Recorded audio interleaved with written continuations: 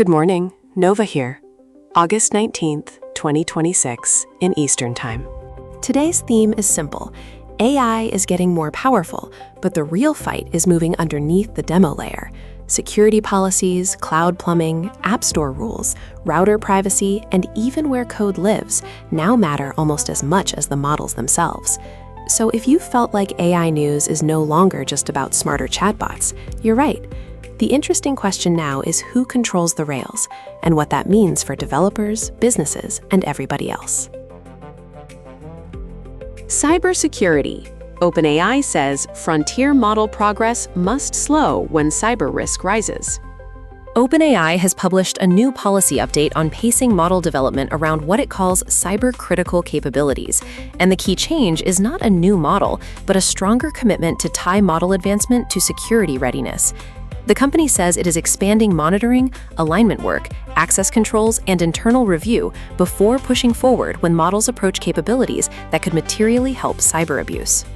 What's different from before is the explicit framing, not just we test for safety, but we may limit or case deployment if security safeguards lag behind capability gains. That matters now because frontier labs are under pressure to release faster, while governments and security researchers are warning that highly capable models could lower the barrier for offensive cyber operations. Who's affected? Enterprise buyers, regulators, red team researchers, and rivals. For normal users, this does not immediately change a product screen. It changes how much trust companies can place in future releases. Still, this is mostly a governance signal unless we see specific thresholds, auditability, and evidence that release decisions actually changed. Useful with limits. The policy is directionally useful, but the real test is whether OpenAI slows a launch when business pressure says go. Developers. Google expands Gemini API Managed Agents with Gemini 3.6 Flash and hooks. Google has updated Gemini API Managed Agents with support for Gemini 3.6 Flash, plus hooks that let developers inject custom logic during agent workflows. The practical change is that Google is trying to make agents less like one-shot prompts and more like controllable software systems. Quick explainer. Hooks are checkpoints in a workflow where developers can run their own code, validate actions, or connect outside systems before an agent continues. Why it matters now? The agent market is crowded and raw model quality is no longer enough. Developers want speed, lower cost, and control over what an agent can do with tools, approvals, and data. Flash models are typically positioned for lower latency and lower cost than heavier reasoning models, so this update is really about making agent loops more usable in production. What to watch is whether Google's managed approach saves enough engineering time to beat open-source orchestration stacks and rival platforms. If hooks are flexible and pricing stays reasonable, this helps startups and internal tool teams quickly. Pricing will decide. The feature set is more practical than flashy, but developers will judge it on cost, reliability, and debugging. AI. Gemini Robotics ER pushes Google deeper into robot coordination. Google says Gemini Robotics ER2 improves video understanding, task orchestration, and multi-robot collaboration for robotics applications. The notable change is that this is not just about a robot seeing an object. It is about multiple systems understanding a scene, coordinating tasks, and using tools in a more organized way. That matters because robotics has been bottlenecked by brittle perception and hand-built task logic. Better multimodal reasoning could reduce some of that scripting, but there is a big gap between a polished demo and a robot that works safely in a warehouse, hospital, or home. Who's affected first? Robotics developers, industrial automation teams, and research labs, not regular consumers. Before this, many robotic stacks relied on narrower computer vision pipelines plus separate planners. Google is pitching a more unified intelligence layer. Useful? Potentially yes, but mostly for companies with the budget and environment to test it. Watch for real deployments, latency details, failure handling, and whether human supervision is still required for critical actions. Mostly for enterprise. The capability sounds meaningful, but production robotics still lives and dies by safety, cost, and reliability. Cybersecurity. NVIDIA frames AI factories as critical infrastructure and a security target. NVIDIA's new security message around what it calls the infrastructure of intelligence is really a reminder that AI data centers are becoming national and corporate critical infrastructure. The company is emphasizing that AI factories need not only chips and networking, but physical security, supply chain trust, software security, and resilience. This differs from the older AI narrative, where the main story was model performance. Now the stack beneath the model is the story: power, land, packaging, memory, networking, and protection against disruption.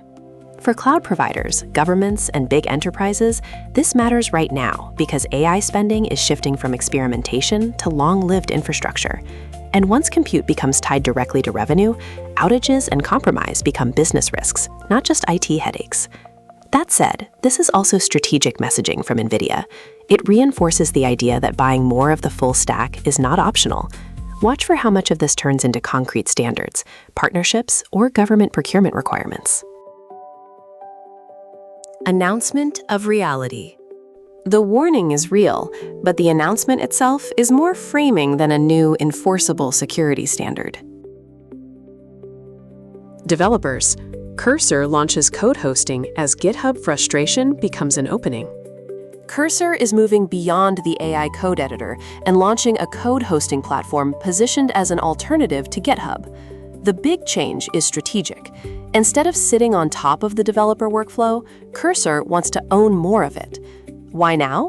Many developers like AI coding tools, but are frustrated by platform sprawl, permission friction, and the fact that code generation, review, hosting, and deployment still live in separate systems. Cursor appears to be betting that AI native development should have a tighter loop between writing code and managing repositories. Who's affected first is obvious: developers already using Cursor, plus startups willing to test a newer hosting layer. What's different from GitHub is not just hosting, but the promise of deeper AI integration around the repo itself. Still, switching code hosting is painful. Compliance, integrations, actions, access control, and team habits matter more than a slick launch page. Watch migration tooling and enterprise trust. Too early to judge. Interesting strategy, but code hosting is sticky, and GitHub's moat is workflow, not just storage. Regulation. Apple changes EU App Store fees and eases rules for alternative stores. Apple has overhauled parts of its EU App Store business terms, replacing its old per-install core technology fee approach for some outside distribution with a 5% commission, and loosening rules around alternative app marketplaces. The verified big picture is that Apple is still adapting under pressure from the EU's Digital Markets Act. What changed from before is the fee structure and the operating room developers have outside Apple's main storefront.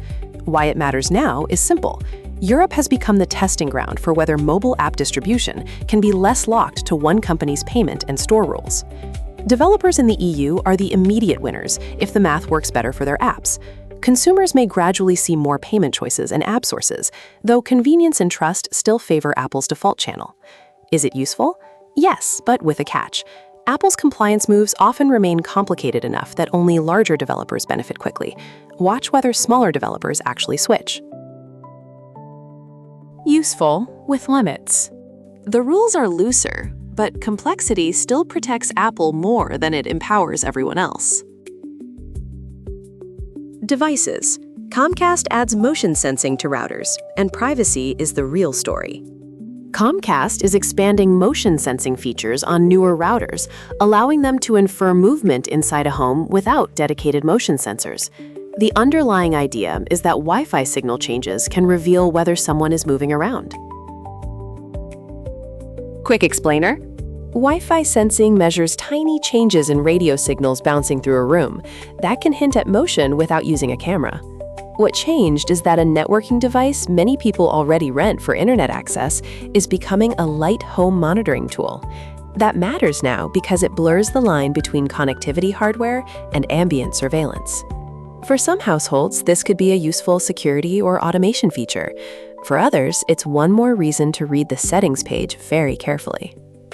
Compared with traditional home security systems, it's less hardware-heavy, but also less intuitive for users who may not realize what the router can detect.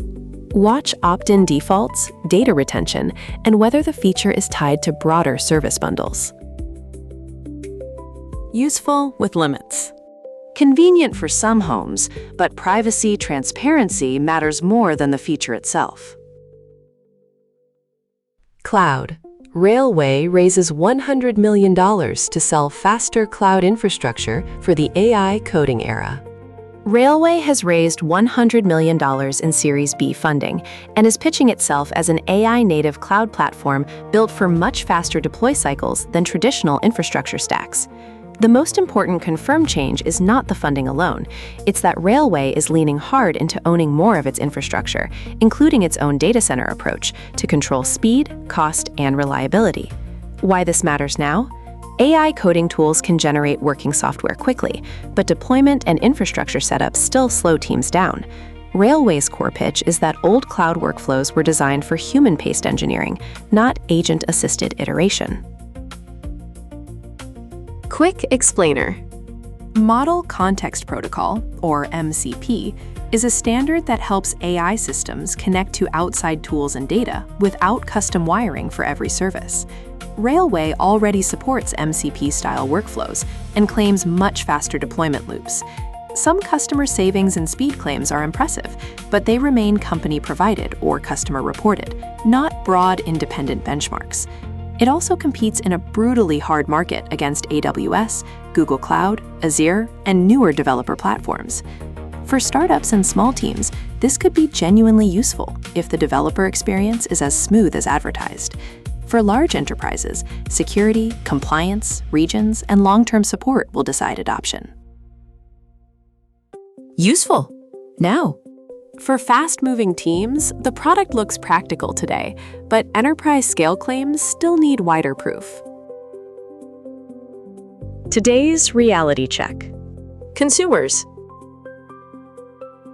Useful with limits. Developers. Useful. Now. Businesses. Pricing will decide. Global rollout. Not ready globally. AI capability is moving forward, but trust, infrastructure, and policy are deciding who can actually use it well. Hey, Nova here. If there was one pattern today, it's that the exciting part of AI is no longer just what the model can say. It's whether the surrounding system is secure, affordable, controllable, and actually available where you live or work. Developers should keep testing agent tools and faster cloud platforms, but also check the boring stuff: permissions, pricing, lock-in, and migration costs. Businesses should be even more skeptical. A polished demo means very little if the security model is vague or the rollout is narrow. And for everyone else, yes, your router may now want to be a motion sensor. So that's fun. All right, catch me again tomorrow. Have a great day out there. Tags: AI safety, Gemini API, robotics, Railway Cloud, Apple EU App Store, router privacy.